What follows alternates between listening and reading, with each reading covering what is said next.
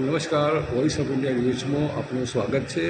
અત્યારે વિરોધ પક્ષના નગરપાલિકાના ઉપનેતા સાહિલ કુરેશી જે આપણી સાથે બેઠા છે. સાહિલભાઈ, ડોર ટુ ડોર કચરા અને સફાઈ બાબતે સતત વિરોધ અને એના માટે રાઇટિંગમાં અરજીઓ થઈ રહી છે, શું કહેશો આ બાબતે?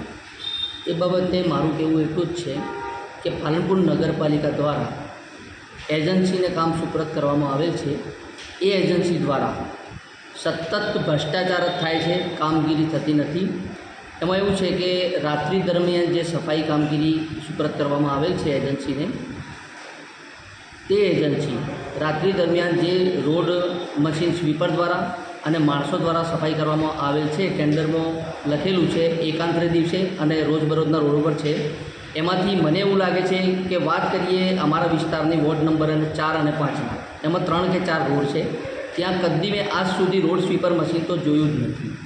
બીજી વસ્તુ એવી છે કે પાલનપુર શહેરની અંદર જે રોડ દરરોજ સફાઈ કરવામાં આવતી હોય, ટેન્ડરમાં લખેલું હોય, પરંતુ તે દરરોજ સફાઈ કરવામાં આવતી નથી અને આ લોકો ફક્ત બિલો બનાવે છે. અને ડોર ટુ ડોર ગાડીની વાત કરીએ તો ડોર ટુ ડોરનો જે ટેન્ડર છે એ ટેન્ડરમાં રેસિડેન્શિયલ વિસ્તાર અને કોમર્શિયલ વિસ્તાર બંને અલગ અલગ વિભાજન છે. રેસિડેન્શિયલ વિસ્તારમાં એવું છે કે દરરોજ ડોર ટુ ડોર ગાડી વડે દરેક મકાનમાં જઈ અને કચરો લેવું પડે છે અને કોમર્શિયલમાં 2 ટાઈમ જવું પડે છે, એવું ટેન્ડરમાં ઉલ્લેખ છે.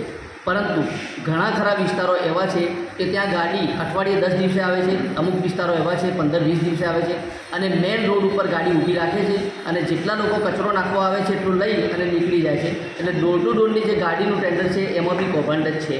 પરંતુ નગરપાલિકામાં અમે વિરોધ પક્ષ તરીકે અરજીઓ પણ કરી છે, એની માહિતીઓ પણ માગી છે, પણ આજ દિવસ સુધી નગરપાલિકા વહીવટી તંત્રએ એની સામે કશું પગલાં ભર્યા નથી. આ હતા સાહિલ કુરેશી. તેમણે આ સંદર્ભે સંપૂર્ણ માહિતી આપી હતી અને અગાઉ પણ આગળ પણ કાર્યવાહી કરવા માટેની એમણે વાત કરી હતી. Voice of India news, Sitab Qadri, Palanpur.